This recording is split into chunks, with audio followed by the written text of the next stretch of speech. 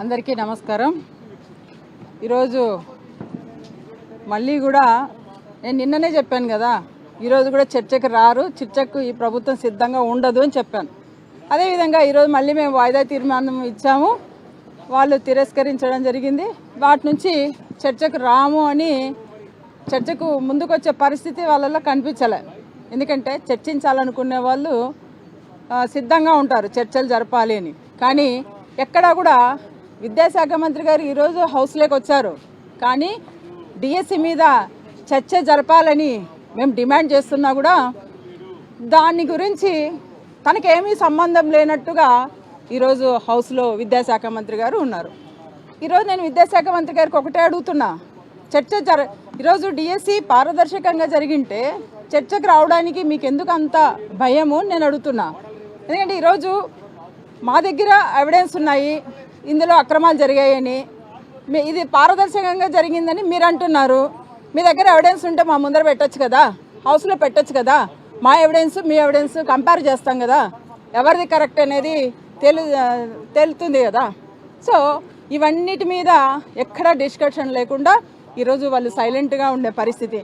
అంటే నేను ఈరోజు ఒకటే అడుగుతున్నా, ఈ విద్యాశాఖ మంత్రి గారికి నేను ఒకటే అడుగుతున్నా, ఎందుకు మీరు సిబిఐ ఎంక్వైరీ వేయడానికి ఇంత భయపడుతున్నారు అని నేను అడుగుతున్నా. ఎలాంటి అక్రమాలు జరగకుంటే సిబిఐ ఎంక్వైరీ వేయడానికి ఎందుకు అంత భయం అని నేను అడుగుతున్నా. ఈరోజు డిఎస్సిలో అనేక అక్రమాలు చేస్తూ దీని మీద ఏమాత్రం స్పందించకపోవడం అనేది హౌస్లో నిజంగా చాలా బాధాకరం. ఎందుకంటే ఈరోజు దాదాపుగా 3,50,000 మంది నిరుద్యోగులు డిఎస్సిలో రాస్తే వాళ్ళకు ఈరోజు 16,000 పోస్టులు మీరు ఫిల్ చేస్తే 16,000 పోస్టులలో కూడా అవినీతి. సరే, ఇది ఎంత దారుణంగా ఉంది. మీరు ఏదో గొప్పలు చెప్పుకుంటారు, టీడీపీ అంటే డిఎస్సి అంటే టీడీపీ అని. నేను ఒకటే అడుగుతున్నా, ఇలాంటి డిఎస్సీలు జరపడం అవసరమా నేను అడుగుతున్నా.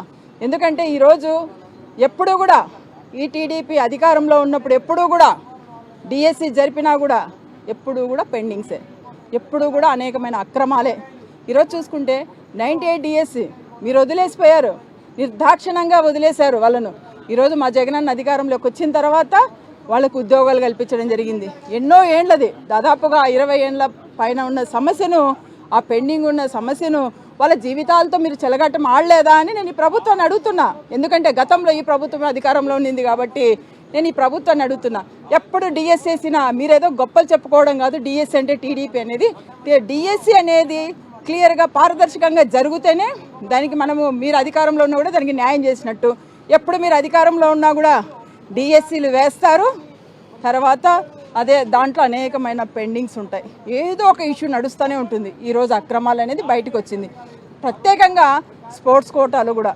ఎందుకంటే ఈరోజు శాప్కి ఏం పని అండి, డిఎస్సిలో శాప్ డ్యూటీ ఏంటండి? శాప్ డ్యూటీస్ ఏముంటాయి? యాక్చువల్గా ఏదైతే వాళ్ళ అసోసియేషన్ నడుపుతారో వాళ్ళకి సంబంధించిన వాళ్ళ రికగ్నైజేషన్స్ కానీ వాళ్ళకి ఎక్కడెక్కడ ఏం జరుగుతుందనేది వాళ్ళని అబ్జర్వ్ చేసే డ్యూటీ ఏంటి? శాప్ డ్యూటీ. కానీ ఈరోజు శాప్ ఏం చేస్తుందండి? డిఎస్సిలో కూడా ఇన్వాల్వ్ కావడం అవసరమా? అసలు నేను అడుగుతున్నా, ఎప్పుడు డిఎస్సి ఎప్పుడు జరిగినా కూడా శాప్కి సంబంధించి సర్టిఫికెట్ వెరిఫికేషన్ ఉంటే స్పోర్ట్స్ కోటా గురించి వాళ్ళ దగ్గర నుంచి ఒక క్లియరెన్స్ తీసుకుంటారు, అంతే శాప్ డ్యూటీ. బట్ ఈరోజు కంప్లీట్గా ఇన్వాల్వ్ కావడం, శాప్ అనేది ఈరోజు డిఎస్సిలో కంప్లీట్గా ఇన్వాల్వ్ అయింది. ఇన్వాల్వ్ కావడానికి కారణం అవినీతి, అక్రమాలు. ఈరోజు 421 పోస్టులలో రిమైనింగ్ 321 పోస్టులు ఇస్తే దాంట్లో 70% అబో అక్రమాలు, బేరసారాలు. నిరుద్యోగుల జీవితాలతో ఆడుకుంటారా అని నేను ప్రశ్నిస్తున్నా. ఈరోజు మేమెంతో డిఎస్సి వేసామని గొప్పలు చెప్పుకోవడం కాదు, ఒక నిరుద్యోగికి కూడా ఈరోజు ఉద్యోగము వాడు మెరిట్ ఉండి కూడా వాడికి ఉద్యోగం సంపాదించలేదంటే ఆ బాధ ఆ నిరుద్యోగి కాకుండా ఆ కుటుంబం మీద కూడా ఉంటుంది. వాళ్ళ పడుతున్న బాధ నిజంగా ఊరికే పోదని నేను ఈ సందర్భంగా తెలియజేస్తున్నా. ఎందుకంటే మీరు ఎప్పుడు చూసినా ఎప్పుడు వేసినా కూడా మెగా డిఎస్సి అని అంటున్నారు కదా. ఇది మెగా డిఎస్సి 16,000 పోస్టుకే మెగా డిఎస్సి అని మీరు గొప్పలు చెప్పుకుంటున్నారు. రాజశేఖర రెడ్డి గారి టైంలో 54,000 పోస్టులతో మెగా డిఎస్సి వేశారు, దాన్ని మెగా డిఎస్సి అంటారు. 16,000 పోస్టులను మెగా డిఎస్సి అంటారా? 54,000 పోస్టులను మెగా డిఎస్సి అంటారా? సో నేను ఈ సందర్భంగా తెలియజేసేది ఏంటంటే నిరుద్యోగులకు నోటిఫికేషన్స్ రావాలి, జాబ్స్ రావాలి. అయితే పారదర్శకంగా కూడా జరగాలని నేను ఈ సందర్భంగా తెలియజేస్తున్నా. ఇప్పుడు ఈ విద్యాశాఖ మంత్రి గారు కానీ నిన్న అక్కడ ముఖ్యమంత్రి గారు చెప్పడం జరిగింది, ఏది గ్రూప్ 1లో అక్రమాలు జరిగాయని, అవినీతి జరిగింది అని చెప్తున్నారు. నేను ఒకటే ముఖ్యమంత్రి గారికి తెలియజేస్తున్నా, సార్ మీరు మీకని మేము నిర్వహించిన గ్రూప్ 1లో కూడా అక్రమాలు జరిగింటే సిబిఐ ఎంక్వైరీ వేసుకోండి సార్. ఎందుకంటే మేము అడుగుతోంది ఖచ్చితంగా డిఎస్సిలో జరిగిన అక్రమాల మీద సిబిఐ ఎంక్వైరీ వేయాలి. అదేవిధంగా గ్రూప్ 1 దీంట్లో కూడా సిబిఐ ఎంక్వైరీ జరిపించాలని మేము కూడా డిమాండ్ చేస్తున్నాం. ఈరోజు మేము నిరుద్యోగుల పక్క అన్యాయం జరిగిన వాళ్ళ పక్షాన నిలబడ్డామంటే మేము కరెక్ట్గా చేస్తాం కాబట్టి ఈరోజు వాళ్ళ వైపు మేము నిలబడ్డామని ఈ సందర్భంగా తెలియజేస్తున్నాం. ఎందుకంటే ఈరోజు ఏవైనా తీసుకోవచ్చు, జగన్మోహన్ రెడ్డి గారు ఏదైతే తీసుకుంటాడో అది కరెక్ట్గా చేయాలని నిర్ణయిస్తారు. మీరు మాత్రం ఈరోజు ఏది కూడా అన్నీ కూడా పక్కదారులు పట్టించడం జరిగింది. అదే మీరు ఎప్పుడు నిన్న లోకేష్ గారు మళ్ళీ కూడా చెప్తున్నారు, జగన్ గారు చర్చకు రండి, నేను చర్చకు సిద్ధం అంటున్నారు. మీరు ప్రతిపక్షం హోదా ఇచ్చి చూడండి, జగనన్న చర్చ పెడితే ఆ చర్చలో ఎలా ఉంటుందో తర్వాత మీకు తెలుస్తుంది. అదే కాదు ఈరోజు చెప్తున్నా, మీరు ఇక్కడ చర్చకు మాకు అవకాశం ఇవ్వలేదు, మీరు చర్చించడానికి రాలేదు. ఈరోజు మా జగన్ అన్నది ప్రెస్ మీట్ ఉంది, ఎవిడెన్స్తో సహా డిఎస్సి మీద మాట్లాడతారు. మీరు రెడీగా ఉండండి.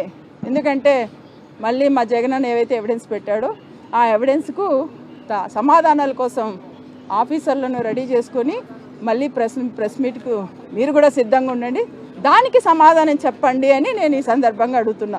కాబట్టి మీ అందరికీ నేను ఈరోజు తెలియజేసేది ప్రభుత్వానికి ఒకటే, ఈరోజు మీరు చర్చకి రమ్మంటే దీనికి రావట్లేదు.